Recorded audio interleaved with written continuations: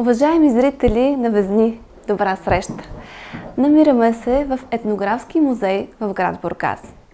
На гости на музея са самодейна група за автентичен фолклор Еркечко наследство с ръководител Златка Стоянова. Днес те са тук, за да представят обичая Лазари, който от незапомнени времена всяка година те го правят и спазват традициите. За това ще си поговорим и с тяхната ръководителка Златка Стоянова. Здравейте, разкажете ни за Лазари в село Еркеч. Лазари в село Еркеч е най-дългоочаквания празник в селото. Това е празника на празниците. Той е много повече празнуван, отколкото храмовия празник на селото. На Лазаров ден това е характерното за Еркеч, че освен на момичета в празника участват и момчета. И се празнува 2 дни. И в събота малкото Лазари, където ходят малки момиченца, и в неделя е същинското Лазари на момите.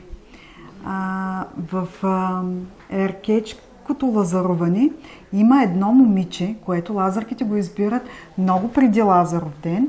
Това момиче до момента не е ходило лазарка, то отива за първа година и е облечено по по-специфичен начин. Това бялото се казва месал. То характеризира невинността и младостта на това момиче, което за първи път лазарува. Има задължително гердан. Всички останали лазарки може и да нямат, но боеница има, това се казва гердан. Добре. А този прекрасен молък до нея? Това, двете момченца, това са кумовете. Те са обикновено по-големи младежи, които са момци на лазарките или роднини на боеница. Боеница се избира кои кумове да покани. Обикновено те са нейни братовчеди, роднини или сгоденици на нейните приятелки. И разкажи ни, всъщност ние видяхме закичването, но всяка мома, кой я закичва в нейния дом или всички се събират и по-старите закичват по-младите? Всички момичета се приготвят за празника в къщи. Майка, баба, леля, всички роднини са, така да се каже, впрегнати в киченето на лазарката. Едно кичене на лазарка в къщата става голяма суматоха, докато я нагласят.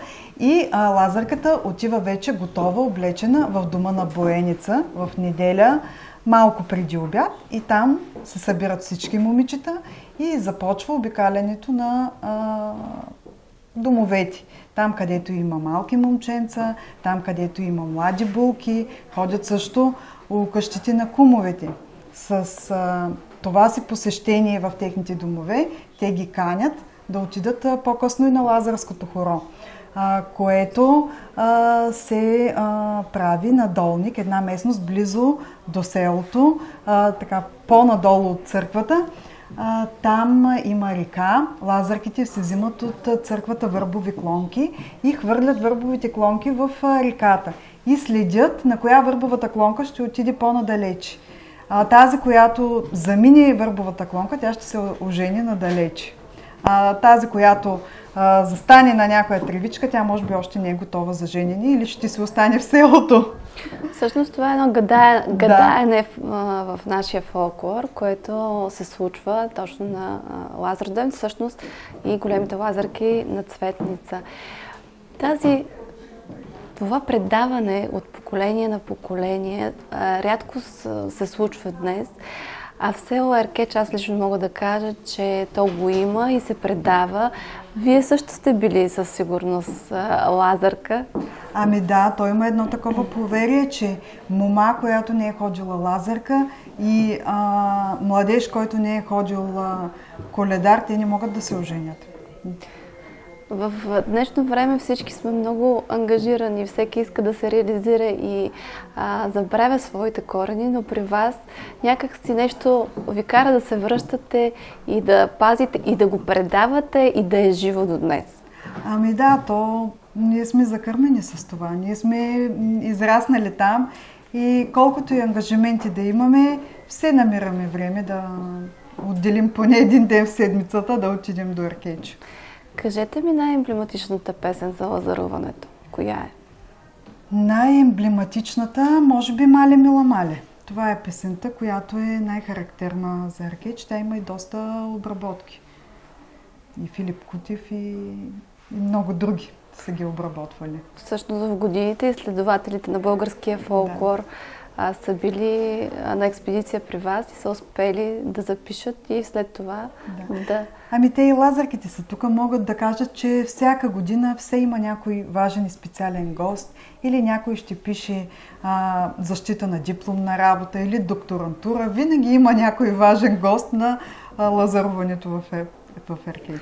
Макар и на високо, трудно достъпно, то пази, съхранява и предава и на тези, които желаят да научат българските традиции. Пожелаваме ви да бъдете живи и здрави и да продължавате, и младите да продължават те да го предадат на следващите след тях.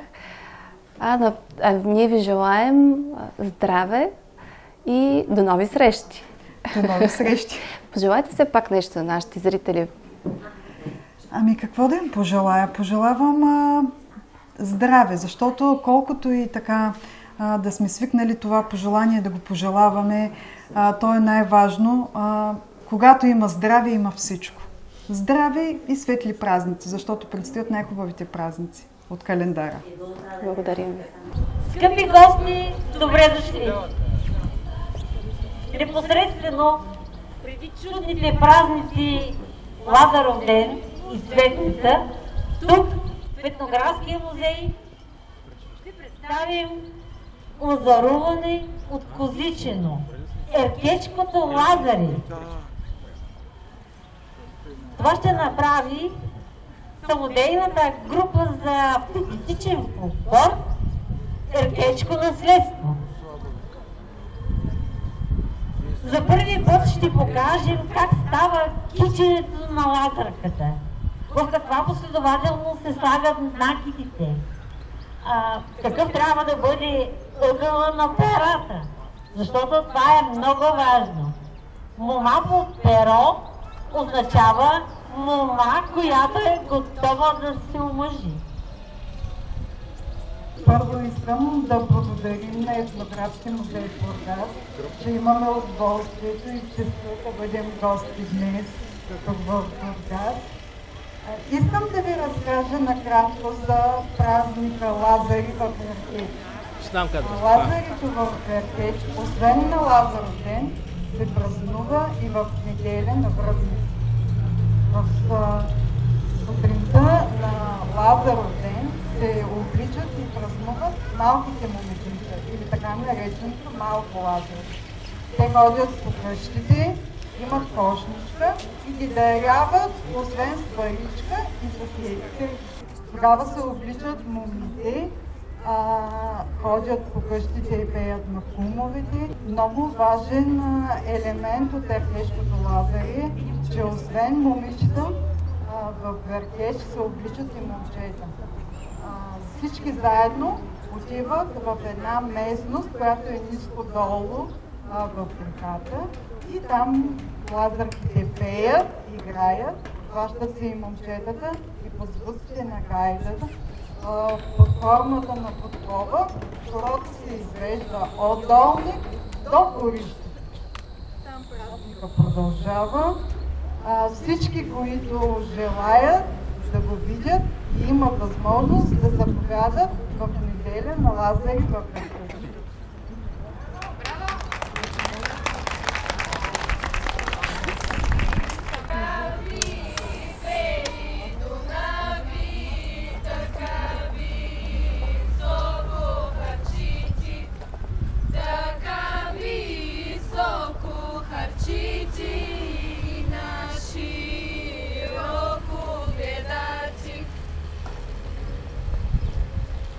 Никола, мами.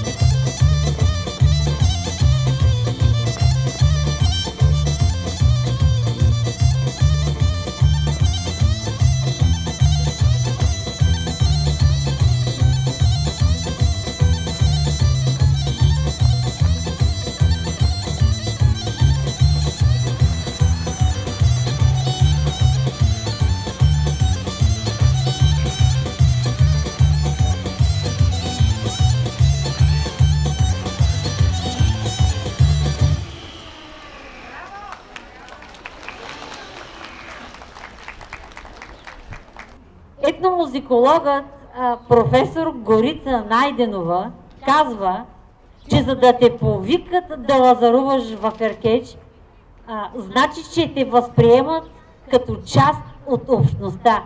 И това е гордост. И вярвам, че вие дойдохте водени от тази гордост и показахте как се лазарува в Еркеч. Благодаря ви.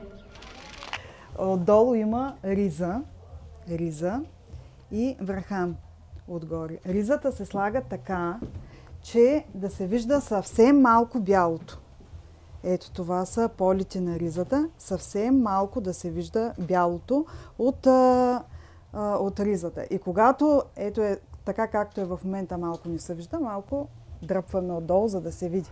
Не се слага ето така много да се вижда. Има някои области в България, които така се носят, но еркешката лазарка, ето така съвсем малко от бялото да се вижда. Отгоре има пристилка.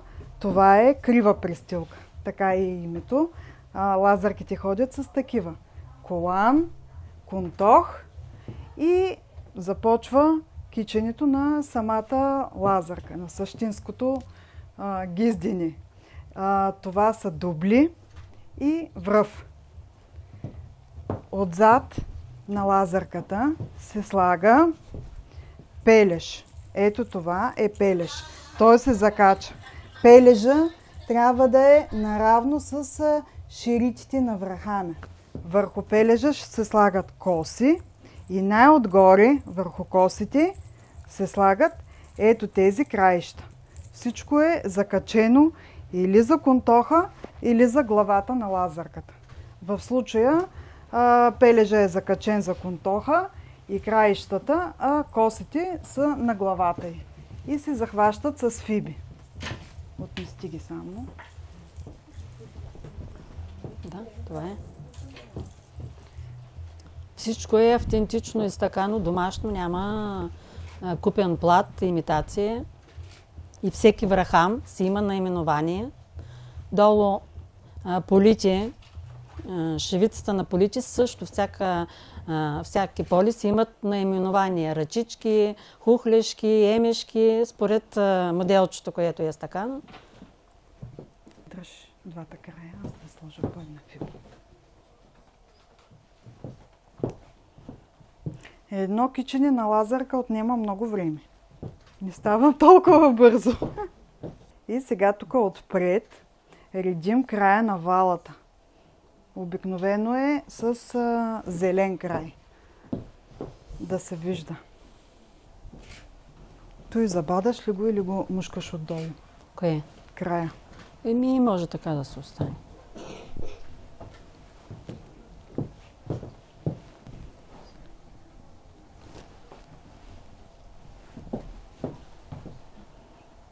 И кърфици, кърфицата да хвани даже и малко от кожата.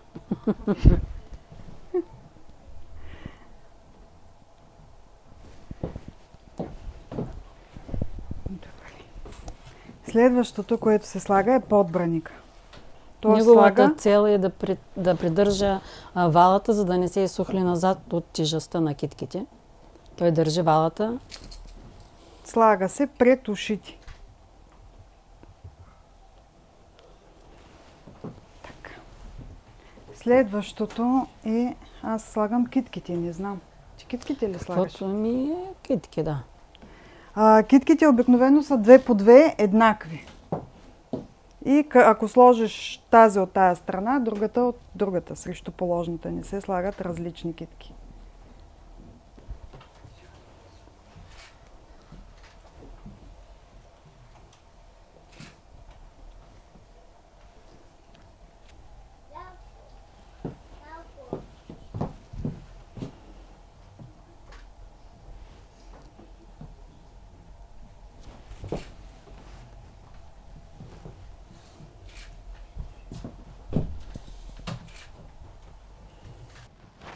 И следващото, което се слага, са перата. Това са нагорешни пера на лазарката. Има и надолешни, които се слагат най-отпред. Това е първата китка. В случая тя няма, има само китки. Това са нагорешните пера. Имат 3 като крачета и на средното е захванато най-дългото перо от опашката на петела. На което му казваме колуни. И това са нагорешните пера или колуни. Това е най-характерното от киченето от украсата на лазарката. И се слагат така, обърнати един срещу друг. Яскиите се слагат ето тук отпред, хем да скрият всички кърфици, фиби и безопасни игли и като завършък на цялата украса отпред.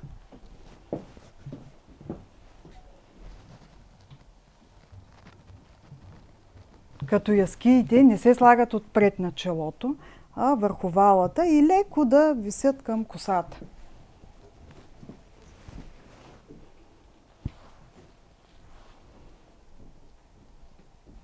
И отзад се слага някаква китка, която е единична, която е уникална. Няма друга такава китка на главата на лазарката.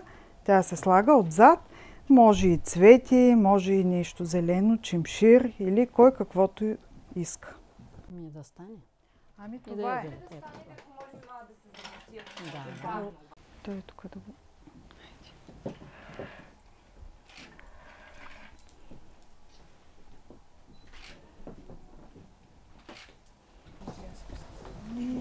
По принцип празника Лазаруване е момински празник и няма как момата да не бъде накичана. Нали? Това е символа Лазарката в този ден да бъде с най-хубавите накичи. Нали?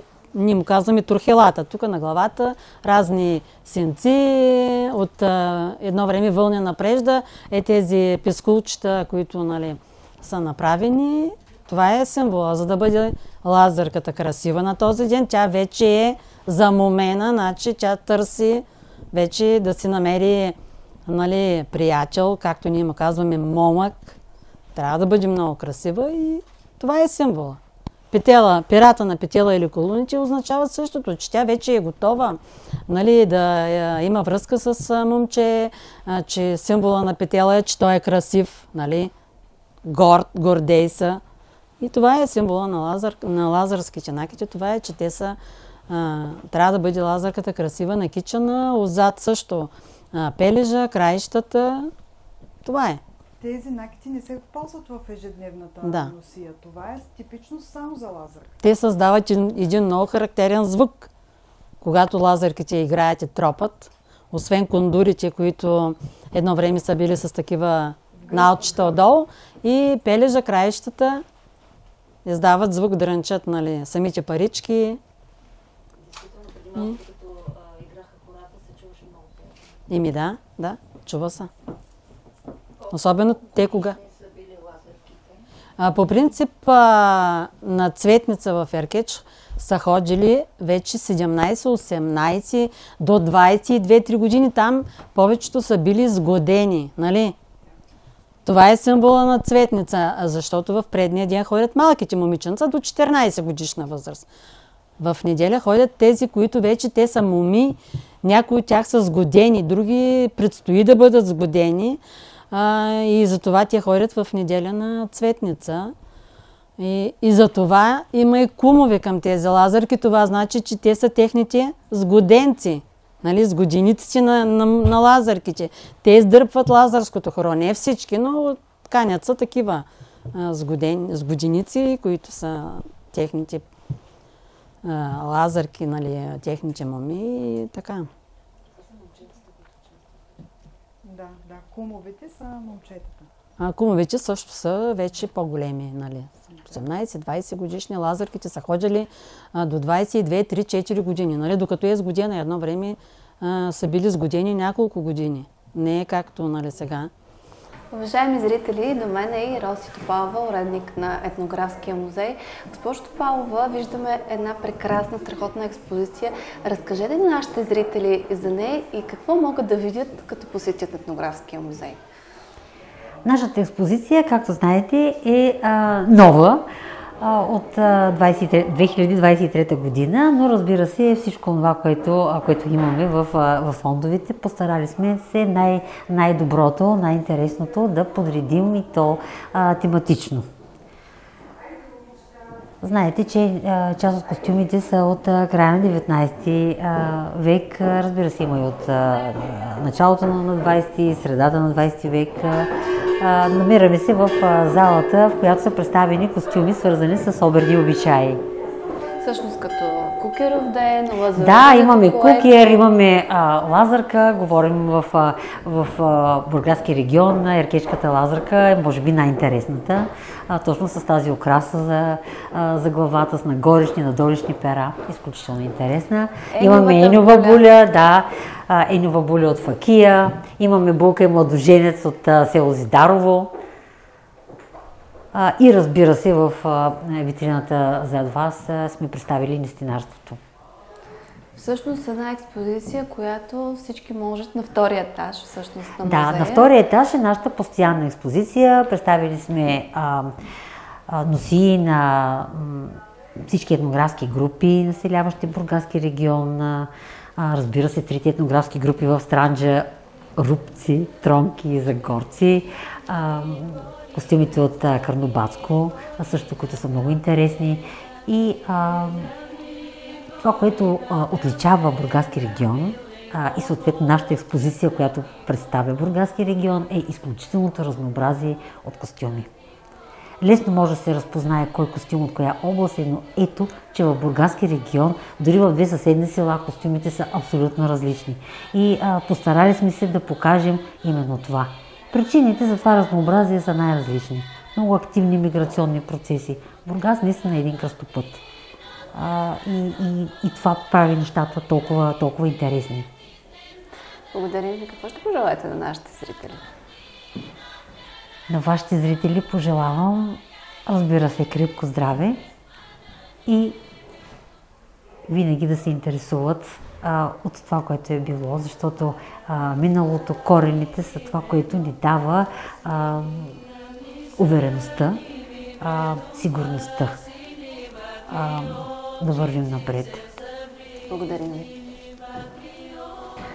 Уважаеми зрители, настъпиха и минутите на края на този епизод, но лично аз винаги се вълнувам, когато темата на нашето предаване е свързана с българския фолклор.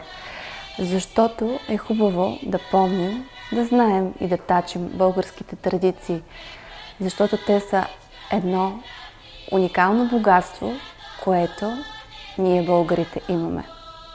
Гордейте се с него. От мен Росица Янгьозова. Довиждане и до нови срещи!